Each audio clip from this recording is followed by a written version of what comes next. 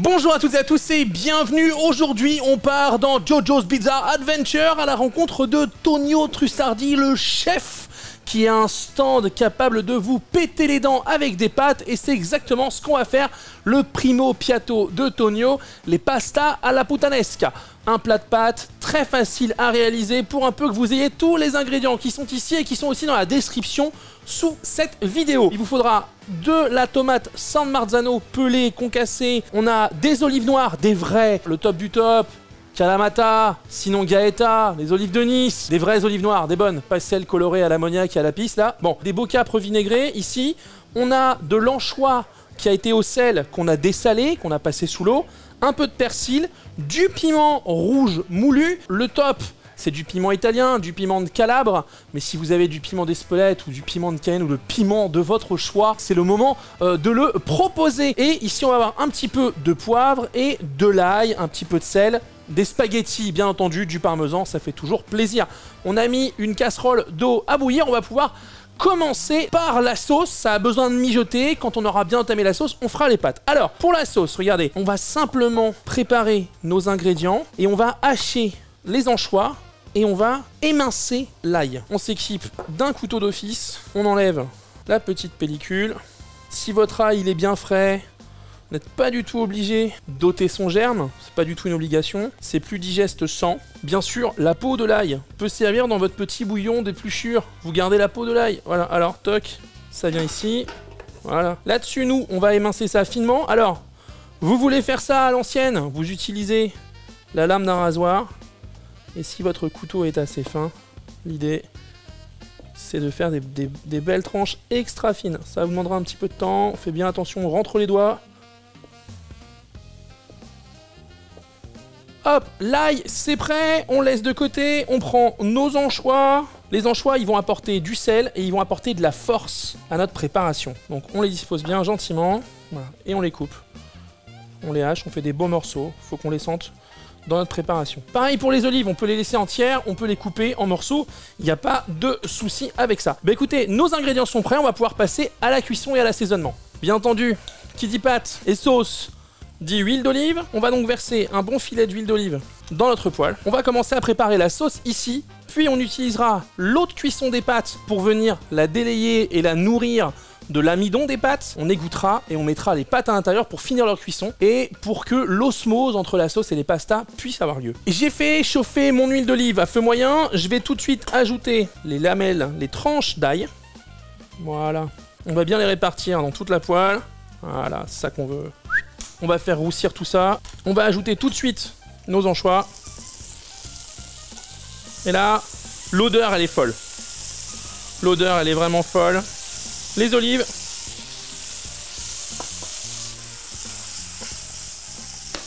Les capres. Et on mélange bien. Alors, l'important pour le dosage du sel dans cette préparation, c'est de faire attention. Pourquoi? Parce que capres, anchois, olives, ça a une amertume. Et en fait, ça va déjà pas mal, c'est une préparation. Donc, on va ajouter tout de suite les tomates de San Marzano, qui sont donc des grosses tomates pelées et qui vont se délayer dans la sauce. Ouais, hop, on va lier tout ça. On va tout faire pour que nos sucres de cuisson, l'huile d'olive, les olives, les anchois, ça vienne bien se positionner. Les tomates de San Marzano ou les Datterini sont vraiment les tomates qu'on peut utiliser pour les sauces, pour les plats italiens. C'est prévu pour ça. Prenez vos tomates en conserve, prenez vos tomates en bocaux, vous en avez disponible toute l'année, c'est vraiment de la bonne qualité, ça marche bien, ça vous évite de faire ça avec des tomates hors saison, qui n'auront aucun goût, celles-là elles en auront, vous verrez. Et là on va commencer à assaisonner, on va utiliser plusieurs choses. On va utiliser un petit peu de sel, on va utiliser du poivre ici, et on va utiliser du piment, d'accord? Les pastas puttanesca, c'est un plat qu'on consomme quand on veut récupérer un petit peu d'énergie et de vigueur. Et pour la petite histoire, c'était un plat qui était cuisiné dans les maisons closes italiennes et que les clients, après leurs ébats, consommaient pour se donner, eh bien, se retrouver un petit peu de vigueur. C'est pour ça que ça s'appelle comme ça. Dans Jojo, Tonio, il donne ça eh bien, pour te refaire complètement le dentier. Hein. Pouah, ça fait péter les dents mortes et ça fait revenir des dents neuves. Ouais, je sais pas si ça va fonctionner. Donc nous, on va mettre une petite quantité, l'équivalent d'une bonne pincée, un peu moins de 5 grammes de poivre. Et puis on va mettre, pareil, une bonne pincée de piment. Moi j'aime bien, c'est important dans la recette. Et bien entendu, si vous n'aimez pas ça, vous n'en mettez pas. C'est tout. Là, on mélange bien. On commence déjà à avoir une sauce du tonnerre. Pour savoir quelle quantité de sel je dois ajouter, je vais goûter.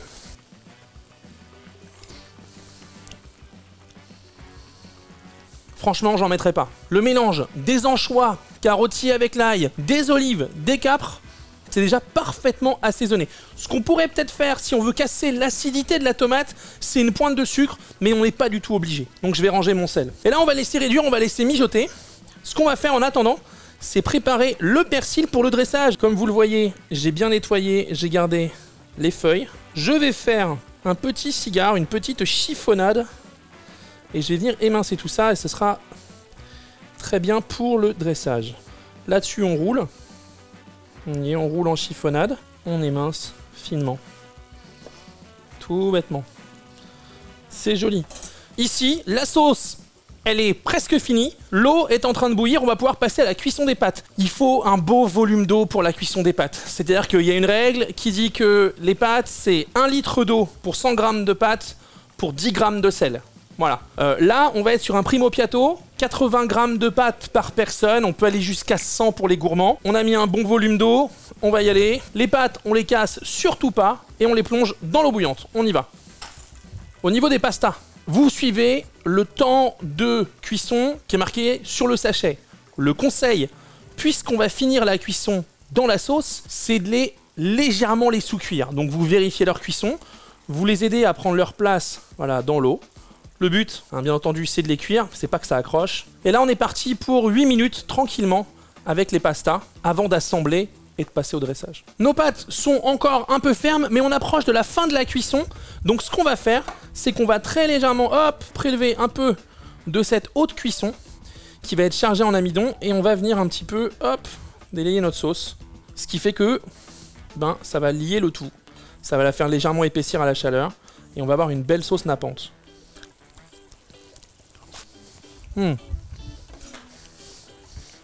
Parfait, elles sont al dente, on va tout de suite les enlever. Toc. Là on les rince pas, on les prend telles quelles et on les balance directement dans la poêle. Voilà, on utilise nos baguettes pour bien les répartir.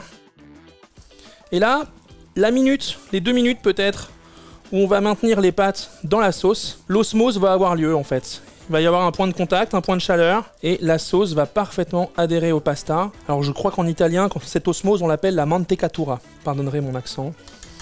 Et là déjà, on a quelque chose d'assez magique, hein. Je pense qu'on peut le dire. On va passer au dressage. J'ai une louche, j'ai ici une pince. On va essayer de faire un beau dressage. Donc en fait, on va prendre les pastas, on va les placer ici, et on va utiliser la louche, voilà, pour les dresser, vous voyez, pour faire cette belle spirale. Et cette spirale, on va venir la déposer au centre de notre assiette. Vous voyez?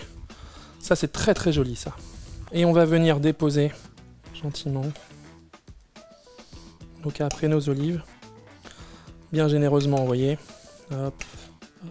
On va poursuivre ensuite avec un petit persil. Et ensuite, un peu de parmesan. Alors, c'est pas obligatoire. Je suis même pas convaincu qu'il faille le faire habituellement, mais moi, j'adore trop ça sur les pâtes.